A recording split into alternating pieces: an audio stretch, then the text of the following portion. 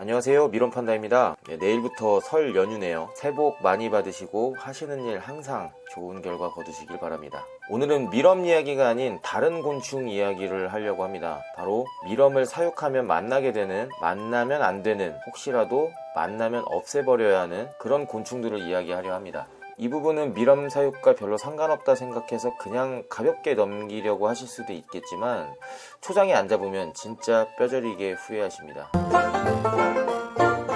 이 녀석을 가장 먼저 이야기하지 않을 수가 없습니다. 미럼의 먹이로 곡물류를 급여하지 않는다면 만나지 않을 수도 있지만 미럼 사육상 보편적 사료인 밀기후를 급여하신다면 반드시 만나게 되고 어쩌면 함께 생활하게 되는 그런 녀석입니다. 자, 그럼 먼저 이 녀석이 어떤 능력치를 가지고 있는지부터 알아보겠습니다. 화랑곡나방은 이름 그대로 나방과에 속하는 해충으로 악명 높은 쌀벌레 종류 중 하나입니다. 15도 정도의 실온에서도 부화와 성장이 이루어지며 더욱 따뜻한 환경이면 부화율이 급증합니다. 때문에 여름철에 특히 더 기승을 부리고 여름 이외의 계절이라도 난방이 잘 된 시설의 경우 그 정도가 더 심합니다.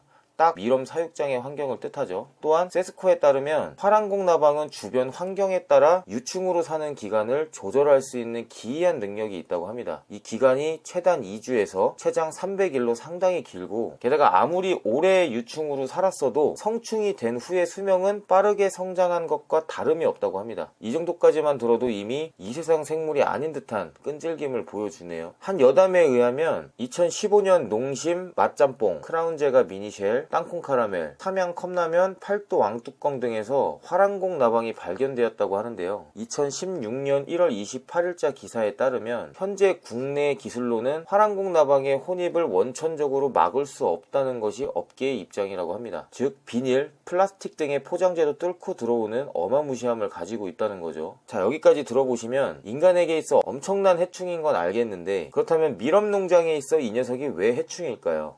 첫 번째는 사육장 내부가 위생상 상당히 더러워집니다. 화랑곡나방은 주로 벽면, 천장, 사육 선반, 사육통 등에 앉아 있는데 처음에 파리채 같은 물리적인 방법으로 이 녀석을 제거하다 보면 얼룩이 생겨요. 아무 생각 없이 그렇게 잡아나가다 보면 너무 보기 싫을 정도로 얼룩이 많이 남아요. 잘 지워지지도 않고요. 거기다 나방이 되기 전에 유충들은 벽면을 타고 기어다니는데 이때 입에서 실을 내뿜고 다녀가지고 마치 거미줄이 산발한 듯한 장면을 연출합니다. 한 마리가 아니라 수천 마리가 기어다니며 줄을 뿜고 다닌다면 같은 벌레를 키우는 곤충농장 경영주라도 결코 좋아할 수는 없을 겁니다. 그리고 먼저 말씀드리지만 영상 후반에 해결 방법들을 전달 드릴 거니까 웬만하면 물리적인 방법으로는 잡지 마세요. 본능적으로 손이 움직여 잡아버렸다면 물티슈로 바로 닦아주세요. 하나 괜찮다고 냅두고 나중에 돌아보면 수천 개가 괜찮아져 있을 겁니다. 두 번째는 미럼의 부화 초기에 일부 폐사의 위험이 있습니다. 화랑곡나방의 유충은 아까 말씀드렸듯이 실을 뿜고 다니는데 유충이 창궐한 사육통을 보면 그 실의 양이 얼마나 많은지 밀기울이 가루의 형태가 아닌 응어리라고 표현해야 할지 떡이 됐다고 표현해야 할지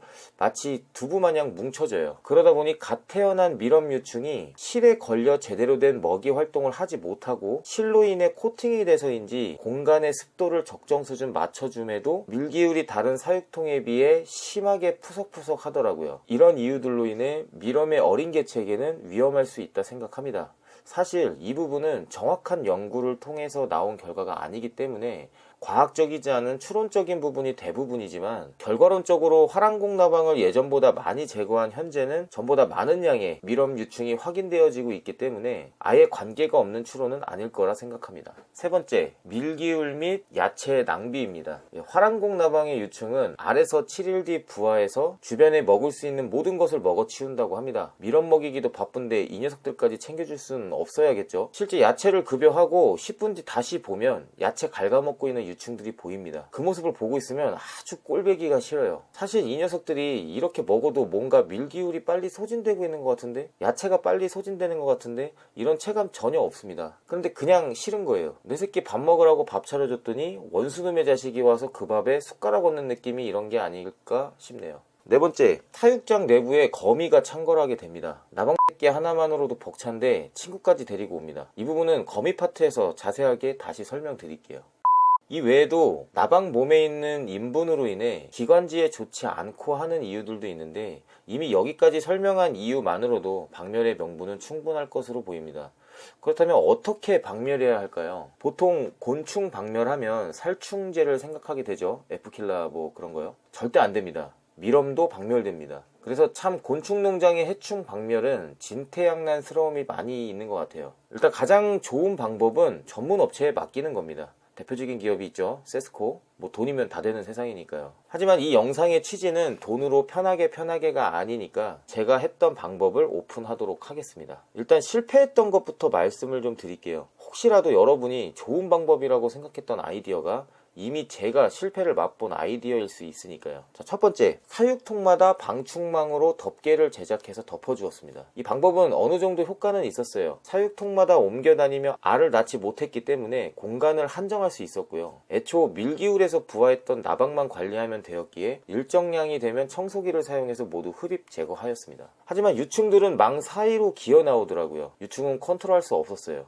또한 사육통 관련 뭔가 작업을 할 때마다 망을 벗기고 다시 씌우고 하는 작업 때문에 사용량이 증가할수록 노동 강도는 올라갔고 업무 효율은 떨어졌습니다. 결국 돈만 쓰고 폐기. 두 번째, 포충기를 사용하였습니다. 총 4개를 사용했고요. 2개는 직접 만들었고 2개는 알리익스프레스에서 구매해서 사용했습니다. 솔직히 거짓말 안하고 알리에서 산 거보다 제가 만든 게 상대적으로 효과가 좋았어요. 하지만 나방 박멸에 있어서는 그닥 의미가 없어서 결국 돈만 쓰고 폐기. 세 번째, 청소기를 개조하였습니다. 안 쓰는 무선 청소기에 미세 필터를 제거해서 흡입력을 올려가지고 직접 잡았어요. 이와 같은 거 2개 만들어서 저희 형님하고 하루에 한 번씩 아예 업무 스케줄에 포함해서 직접 잡았습니다.